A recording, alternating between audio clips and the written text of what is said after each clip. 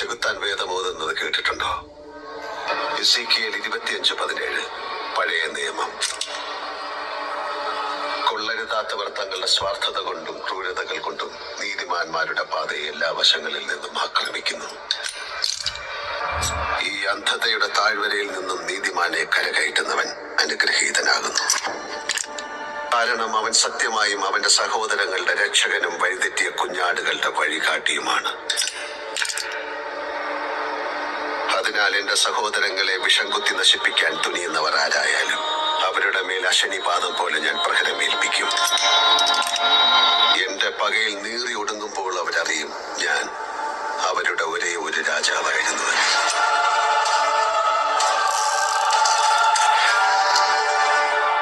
ഒരേ ഒരു രാജാവ്. അടിപൊളി ഡയലോഗ് അല്ലേ? ഇനി ഈ ബോബിയാണോ ആ ബോബി?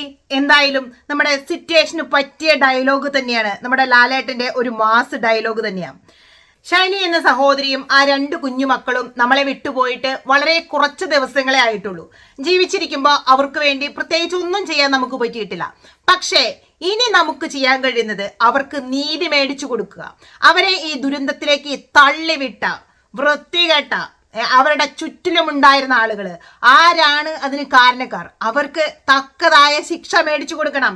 സുഖിച്ച് ജീവിക്കാൻ അവരെ അനുവദിക്കരുത്. അപ്പോൾ നമ്മുടെ ശബ്ദങ്ങൾ എത്തേണ്ട സ്ഥലങ്ങളിൽ എത്തണമെങ്കിൽ നമ്മൾ എന്ത് ചെയ്യണം? നമ്മുടെ വീഡിയോസ് ഷെയർ ചെയ്യുക. നിങ്ങളുടെ ഓരോ കമന്റും നമുക്ക് വളരെ ഇമ്പോർട്ടൻ്റ് ആണ്. ഞാൻ അങ്ങനെ ഒരു വീഡിയോയിലും നിങ്ങൾ കമന്റ് ചെയ്യണം, ലൈക്ക് ചെയ്യണം അങ്ങനെയൊന്നും പറയുന്ന ഒരു വ്യക്തിയല്ല. പക്ഷേ ഇപ്പോഴത്തെ സ്ഥിതി നോക്ക്. നോബി ആണെങ്കിലും ഇപ്പൊ അവന്റെ ചേട്ടൻ ആ ഫാദർ ലോഹയിട്ട പിശാചാണെങ്കിലും നമ്മുടെ ശർക്കര വെല്ലുമ്മിച്ചി ആണെങ്കിലും 2 വെടുത്ത അപ്പന്മാർ എല്ലാതും കണക്കാന്നാ പറഞ്ഞത്. ഒരു ആങ്ങളമാരും നാത്തൂനും ഒക്കെ എന്നാ പറയില്ലേ, ഒന്നൊന്നിനൊന്നും മെച്ചമാണെന്നാ പറയുന്നത്. ഇവന്മാരെയൊക്കെ രക്ഷിക്കാൻ വേണ്ടി കുറെ ആളുകള് കെട്ടും കിടക്കയായിട്ട് ഇറങ്ങിയിട്ടുണ്ട്. അപ്പൊ അവർക്കെതിരെ, അതായത് ഈ സഹോദരിക്ക് വേണ്ടി, ഷൈനി എന്ന് പറയുന്ന സഹോദരിക്കും ആ 2 മക്കൾക്കും വേണ്ടി ഇനി ആകെ അവർക്ക് സപ്പോർട്ട് എന്ന് പറയുന്നത് നമ്മൾ ജനങ്ങൾ മാത്രമേ ഉള്ളൂ. മാക്സിമം സപ്പോർട്ട് കൊടുക്കണം. ഇന്നലെ എനിക്ക് ഒരു അടിപൊളി ഒരു പ്രതിഷേധ സമരം ഞാൻ കണ്ടായിരുന്നു. കണ്ടപ്പോൾ ഒരുപാട് സന്തോഷം തോന്നി, ഒരുപാട് അഭിമാനം തോന്നി. അറ്റ്ലീസ്റ്റ് കുറച്ച് ആളുകള്, ഞാൻ ശരിക്കും പറയുകയാണെന്നുണ്ടെങ്കിൽ അതുപോലെ തന്നെ ആ ഇടവകയിലെ ജനങ്ങളുടെ പ്രതിഷേധവും ഞാൻ കഴിഞ്ഞ ദിവസം വീഡിയോയിൽ കാണിച്ചായിരുന്നു. ഇതുപോലെ ആളുകളുടെ ശബ്ദങ്ങൾ ഉണ്ടല്ലോ, ഈ വൃത്തികെട്ട കുറെ മുകളിൽ കുത്തിയിരുന്നോണ്ട് കാര്യങ്ങൾ തീരുമാനിക്കുന്ന കുറെ അച്ഛന്മാരൊക്കെ ഉണ്ട്. ഇവരെയൊന്നും നമ്മൾ കണക്കിലെടുക്കേണ്ട ആവശ്യമൊന്നുമില്ല. ഇവരുടെ ഒന്നും വീട്ടിൽ നിന്ന് കൊണ്ടുവന്ന ഒരു മുതലും സ്വത്തെടുത്തിട്ടൊന്നുമല്ല ഇവര് സഭയും ഇവിടുത്തെ പള്ളിയിലെ കാര്യങ്ങളും അല്ലെങ്കിൽ ഓരോ ഹോസ്പിറ്റലും പണിതുണ്ടാക്കിയതോ അല്ലെങ്കിൽ അവിടെ ശുശ്രൂഷ നടത്തുന്നൊന്നും ഇവരുടെ തറവാട്ടിൽ നിന്ന് കൊണ്ടുവന്ന ക്യാഷ് ഒന്നുമില്ല. നമ്മുടെ ക്യാഷ്, ജനങ്ങളുടെ ക്യാഷ്, അത് പിരിച്ച് അവിടെ എടുത്തു വെച്ചിട്ട് പിന്നെ നമ്മൾ അവരോട് പോയൊരു സഹായം ചോദിക്കുമ്പോൾ നമ്മളവിടെ പിച്ചക്കാരാകുന്ന ഈ സിസ്റ്റത്തെ നമ്മളിനി അനുവദിച്ചുകൂടാ. അതിനെതിരെ ജനങ്ങളെല്ലാവരും പ്രതികരിക്കണം. നമ്മുടെ ക്യാഷ് എടുത്ത് പഠിച്ച് വലിയ വക്കീലും വലിയ സോഷ്യൽ വർക്കറും ആയതിനു ശേഷം ആ സ്വാധീനം ഉപയോഗിച്ച് അല്ലെങ്കിൽ ആ അധികാരം ഉപയോഗിച്ച് നമ്മളെ തന്നെ തൂക്കിക്കൊല്ലാൻ ശ്രമിക്കുന്ന, നമ്മളെ മരണത്തിലേക്ക് തള്ളിവിടാൻ പോകുന്ന അങ്ങനെ ഒരു പാതിരി, അത് ഏത് ബോബി ചേരിയിലാണെങ്കിലും നമ്മൾ പ്രതികരിച്ച് തന്നെ ഇരിക്കും. ഇനിയിപ്പോ ഇങ്ങോട്ട് എന്തുമാത്രം നമ്മൾ പറയത്തില്ലേ, ഇങ്ങനെ പൊതിഞ്ഞു പിടിച്ചിരിക്കുക. ഇയാൾ എവിടെ പോയി? ഓസ്ട്രേലിയയിൽ നിന്ന് ഇയാളെ ഓടിച്ചു എന്നാ കേട്ടത്. ഇപ്പൊ എനിക്കൊരു സംശയം കേട്ടാ, ഓസ്ട്രേലിയയിൽ നിന്ന് ഇയാള് ഓടിച്ചപ്പോ ഇയാള് മറ്റേ കടല് മാർഗം നീന്തിയാണോ വന്നത്? ഇയാള് നേരിട്ട് ഫ്ലൈറ്റ് വഴി വന്നിരുന്നെങ്കിൽ ഇയാളെ ഒരു പോലീസും ഒരാളും പിടിക്കുക, ചോദ്യം ചെയ്യുക ഒന്നും ചെയ്തിട്ടില്ല. ഇതിന്റെയൊക്കെ പിറകിൽ കളിച്ച ഏറ്റവും വലിയ കറുത്ത കൈകള് ഇയാളുടെ എന്നോ പറയണേ. നമ്മള് സത്യം വിളിച്ചു പറഞ്ഞാ അപ്പൊ പറയും അയ്യോ സഭയെ ഉപദ്രവിച്ചു, സഭയിലെ അച്ഛനെ ഉപദ്രവിച്ചു. ഇവിടെ ഒരു സഭയെയും കുറിച്ച് പറയുന്നില്ല. പക്ഷെ ഈ പാതിരി എവിടെ പോയാണ് ഇപ്പൊ ഒളിച്ചിരിക്കുന്നത്? ഒരു തെറ്റും ചെയ്തിട്ടില്ലെങ്കിൽ പിന്നെ ഇയാൾ എന്തിനു പോയി ഒളിച്ചിരിക്കണം? ഏത് പിതാവിന്റെ സംരക്ഷണയിൽ ഇരുന്നാലും എന്റെ പൊന്ന് ഫാദർ ബോബി ചേരിയിലെ നിങ്ങൾ പുറത്ത് വരേണ്ടി വരും. സത്യം ഒരു ദിവസം തെളിയും. നിങ്ങൾക്ക് എത്ര ദിവസം വാതിലടച്ച് പൂട്ടിയിരിക്കാൻ പറ്റും? ഈ വക തെണ്ടിത്തരങ്ങളൊന്നും ചെയ്യുമ്പോ ഓർത്തില്ലല്ലേ? ഇപ്പൊ നിങ്ങള് വലിയ പുണ്യാളനാണെന്നുണ്ടെങ്കിൽ, നിങ്ങളുടെ പേരില് പറയത്തില്ലേ ഒരു കറയില്ലാത്ത കൈകളാണെന്നുണ്ടെങ്കിൽ നിങ്ങൾ മുന്നോട്ട് വാ, നിങ്ങളൊന്ന് പ്രതികരിക്ക്. നിങ്ങളുടെ അനിയന്റെ ഭാര്യയും 2 കുഞ്ഞുമക്കളുമാണ് ജീവൻ നഷ്ടപ്പെട്ടിരിക്കുന്നത്. നിങ്ങള് ഇപ്പൊ ഓസ്ട്രേലിയയിൽ നിന്ന് വിട്ടിട്ട് അവരുടെ ഒരു ഫ്യൂണറൽ പരിപാടിയിൽ ഒന്നും നമ്മൾ നിങ്ങളെ കണ്ടിട്ടില്ല. നല്ല ബെസ്റ്റ് ഐഡിയ ആണ്. ആരെങ്കിലും പ്രതികരിച്ച് മുന്നോട്ട് വരുമ്പോ അവരുടെ വായ അടപ്പിക്കാൻ വേണ്ടി സഭയെ പറഞ്ഞു പറഞ്ഞ് കേസ് കൊടുക്കുക. അങ്ങനെ അങ്ങോട്ട് തൂക്കിക്കൊല്ലാണെങ്കിൽ അങ്ങോട്ട് തൂക്കിക്കൊല്ലട്ടെ. 3 ജീവൻ പോയിട്ട് അതിനെക്കുറിച്ച് അന്വേഷിക്കാനോ അല്ലെങ്കിൽ ഈ പാതിരി തന്നെ ഇതിന്റെ പിന്നിൽ കളിച്ചിട്ടുണ്ടോ എന്ന് അന്വേഷിക്കാൻ നിങ്ങൾ എന്തെങ്കിലും ഒരു ഇൻവെസ്റ്റിഗേഷനോ അല്ലെങ്കിൽ സഭയുടെ സൈഡിൽ നിന്ന് അങ്ങനെ എന്തെങ്കിലും പുറപ്പെടുവിച്ചിട്ടുണ്ടോ? ഇല്ല. അപ്പൊ പിന്നെ നമുക്ക് പ്രതികരിക്കാതിരിക്കാൻ പറ്റത്തില്ലല്ലോ. അപ്പൊ ഈ പ്രതികരണം ഒന്ന് നിങ്ങൾ കേൾക്ക്. ഇതുപോലെയുള്ള ആളുകൾ മുന്നോട്ട് വരണം, ഇതുപോലെ തുറന്ന് സംസാരിക്കണം. ഒരുത്തനെയും വെറുതെ വിടാൻ പാടില്ല. സഹോദരി സഹോദരന്മാരെ, നമ്മള് ഈ ഇടവകയ്ക്കോ ഇവിടുത്തെ ആരാധനാക്രമങ്ങൾക്കോ ഇവിടുത്തെ വൈദികർക്കോ ആർക്കും എതിരല്ല. നമ്മളിതിന് പൂർണ്ണ സപ്പോർട്ടാണ്. പക്ഷെ നമ്മൾ പ്രതിഷേധിക്കുന്നത് ഇവിടെ ഗുണ്ടായസത്തിനെതിരെയാണ്. എന്റെ ഒരു നിഗമനം ശരിയാണെങ്കിൽ 75 to 80,000 crore രാശി ഇത് കോട്ടയം രൂപതയ്ക്കുണ്ട്. ഇതൊന്നും ഒരു വൈദികന്റെയോ ഒരു പിതാവിന്റെയോ വീട്ടിൽ നിന്ന് കൊടുത്ത മുതലല്ല. നമ്മുടെ ഈ ഗ്രാനായ സമുദായം 1-2 ലക്ഷം ഈ ഗ്രാനായ സമുദായം നേർച്ചയിട്ട പൈസയാണ്, നമ്മൾ സംഭാവന കൊടുത്ത പൈസയാണ്. അതിന്റെ മേളിലിരുന്നാണ് ഇവര് നമ്മുടെ മേൽ ഗുണ്ടായസം കാണിക്കുന്നത്. ഇവരെ കോടിക്കണക്കിന് രൂപ പാർട്ടിക്കാർക്ക് ഇവിടുത്തെ സ്വാധീനം ചെലുത്തിക്ക് നമ്മളെ ഒതുക്കാൻ വേണ്ടിയുള്ള നമ്മുടെ കാശ് മേടിച്ചിട്ട് നമ്മളെ ഒതുക്കുന്ന ഒരു ചിന്താഗതിയാണ് അവർക്കുള്ളത്. അതിനെതിരെയാണ് നമ്മൾ പ്രതിഷേധിക്കേണ്ടത്. അതോടൊപ്പം തന്നെ ഇവിടെ അവരുടെ അൽമയെ സംരക്ഷിക്കുക, അവരുടെ ആവശ്യങ്ങൾ നോക്കുക എന്നുള്ളതല്ല അവരുടെ അജണ്ട. അവരുടെ അജണ്ട ക്രിമിനലായിട്ടുള്ള വൈദികരെ സംരക്ഷിക്കുക എന്നുള്ളതാണ്. ഏതാണ്ട് 500 കോടി രൂപയോളം അഭയാകാശത്തിന് ഇവർ ചെലവാക്കി. എന്തെങ്കിലും സംശയമുണ്ടോ?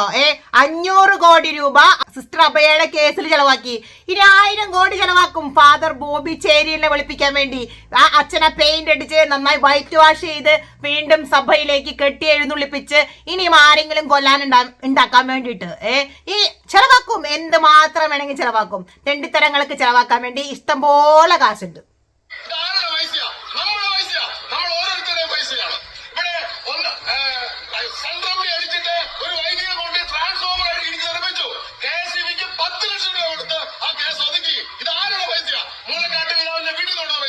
അല്ല, ഇപ്പൊ ഒരു അഭയ കേസിൽ ഒരു സിസ്റ്റർ മരിച്ചു. ഈ സിസ്റ്റർ മരിച്ചപ്പോ ഇപ്പൊ അവളെ കെട്ടുവിന്റെ അനിയൻ അച്ഛന് ഓസ്ട്രേലിയയിൽ കൊണ്ടുവന്നിട്ടുണ്ട്. മിനിയാന്ന് വന്നിട്ടുണ്ട്. അങ്ങനെ നമ്മുടെ തിരുവനന്തപുരത്ത് കുന്നലിരിപ്പുണ്ട്. ലോറി കൂലിട്ട് അവിടെ ഇരിക്കുക. തിരുവനന്തപുരം പുള്ളിയെ സംരക്ഷിക്കും. 1.5 കോടി രൂപ നോട്ടടിപ്പ് കൊടുത്ത വൈദികരെ ഇവർ സംരക്ഷിക്കും.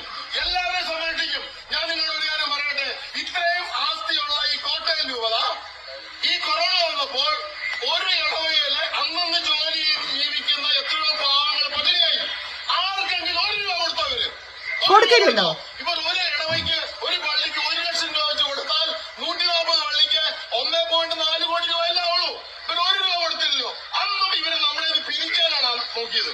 അപ്പൊ ഇവർക്ക് മണി മേക്കിംഗ് പോളിസിയാണ് ഇവരുടെ. അതുകൊണ്ട് അതിന്റെ ഭാഗമായിട്ട് അത് ക്വസ്റ്റ്യൻ ചെയ്തപ്പോൾ അതിന്റെ ഭാഗമായിട്ടാണ് ഒരു ഗുണ്ടയെ പോലെ പുതുപ്പറമ്പ് അച്ഛനെ വിട്ടിരിക്കുന്നത്.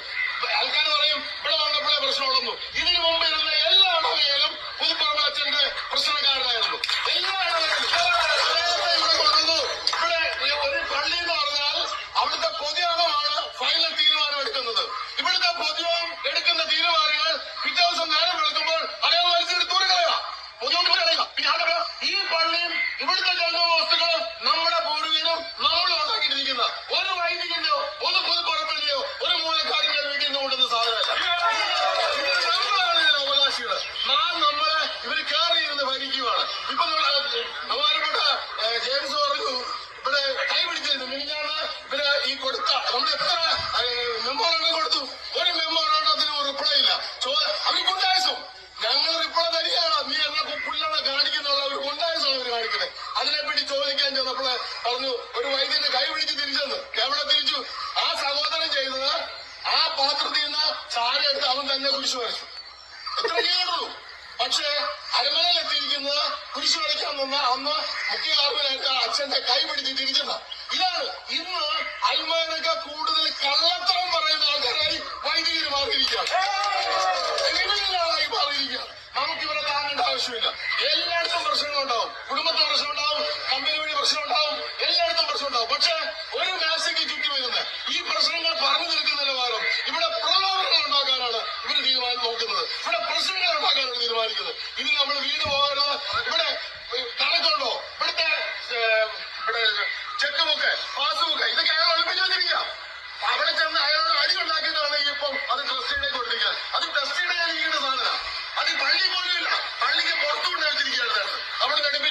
കസ്റ്റഡിയിലേക്ക് കൊടുത്തത്. ഇവിടെ സ്കൂളിന്റെ സൈഡിൽ ഷെഡ് വളർന്നു, ഒരു കണക്കുമില്ല, വസ്തുവില്ല. അതിന് പേരിൽ എവിടെയാണ് അയാൾ പൈസ പിരിച്ചിടുന്നത്? അതിന് കണക്ക് ചോദിക്കുമ്പോൾ ഉത്തരവില്ല. ഒരു മനുഷ്യനറിയാതെ അയാളുടെ ശമ്പളം ഓട്ടോ ട്രാൻസ്ഫർ ആക്കി. ഒരടവില്ലാത്ത കേസാ. അവന് 30-ാം തീയതി അയാൾ ഇവിടെ ഉണ്ടെങ്കിലും ഇല്ലെങ്കിലും അയാളുടെ ശമ്പളം അയാളുടെ ബാങ്കിലേക്ക് പോകും. ഓട്ടോ അത് ഇടപെട്ട് അത് നമ്മൾ സ്റ്റോപ്പ് ചെയ്യിപ്പിച്ചു. ഇതുപോലെ എന്തെല്ലാം പ്രശ്നങ്ങൾ ഈ ഇടവകയിലുള്ള ജനങ്ങളെ കൂട്ടിയടിപ്പിച്ച് ഇവിടെ ഈ ചന്താൻ പോട്ട് കൂട്ടിയിടിപ്പിച്ച് രക്തം കൂട്ടിയാക്കുന്ന ചന്നായം പോലുള്ള ആള് ഈ ബഹുമാനപ്പെട്ട അതുകൊണ്ട് ഇത് നമ്മൾ വീഴരുത്. നമ്മൾ ഒറ്റക്കെട്ടായിട്ട് നിൽക്കണം. നമ്മുടെ ഇടവകയാണ്, നമ്മുടെ പള്ളിയാണ്, നമ്മുടെ മുതലാണ്, നമ്മുടെ ഊരിലുണ്ടാക്കിയതാണ്. നമ്മളെന്നും ഒറ്റക്കെട്ടായിട്ട് പോകണം. ഇങ്ങനെയുള്ള ക്രിമിനലുകളുടെ അഭ്യാസം ഇവിടെ നടക്കാൻ അനുവദിക്കരുത് എന്ന് പറഞ്ഞുകൊണ്ട് നിർത്തുന്നു. നന്ദി, നമസ്കാരം. ഇനി ഞാനൊന്നും പറയേണ്ട ആവശ്യമില്ലല്ലോ. ആ ചേട്ടൻ പറഞ്ഞതില് എല്ലാ കാര്യങ്ങളുണ്ട്. ഈ ജാതി ക്രിമിനലുകളെ വെച്ച് പൊറപ്പിക്കരുത്. ഇതിന്റെ പിന്നാലെ തന്നെ ഉണ്ടായിരിക്കും ഏതൊരാളും. ഇപ്പൊ കേസ് കൊടുക്കുന്നു പറഞ്ഞല്ലേ പേടിപ്പിക്കണം. അങ്ങോട്ട് കേസ് കൊടുക്കുക, നമ്മളെ തൂക്കിക്കൊള്ളണം, നമുക്കൊന്ന് കാണണമല്ലോ. അപ്പോൾ എല്ലാവരും കമന്റ് ചെയ്യുക, വീഡിയോ മാക്സിമം ഷെയർ ചെയ്യുക. മറ്റൊരു വീഡിയോയുമായി കൂടുതൽ അപ്ഡേറ്റ്സുമായി നമ്മൾ വേഗം തന്നെ. അപ്പോൾ നമ്മുടെ ഫാദർ ബോബി ചേരിയുടെ നിങ്ങൾ ഏത് മാളത്തിൽ കയറി ഒളിച്ചാലും, നിങ്ങളിപ്പോ ഞാൻ പറയുന്നില്ല പ്രത്യേകിച്ച് എപ്പോഴും ഒളിച്ചിരുന്നാലും നിങ്ങൾ ഒരു ദിവസം പുറത്ത് വന്നേ പറ്റത്തുള്ളൂ. ജനങ്ങളെ ഫേസ് ചെയ്തേ പറ്റത്തുള്ളൂ. അത് അധികം വൈകില്ലാന്ന് എനിക്ക് 100% ഉറപ്പാണ്.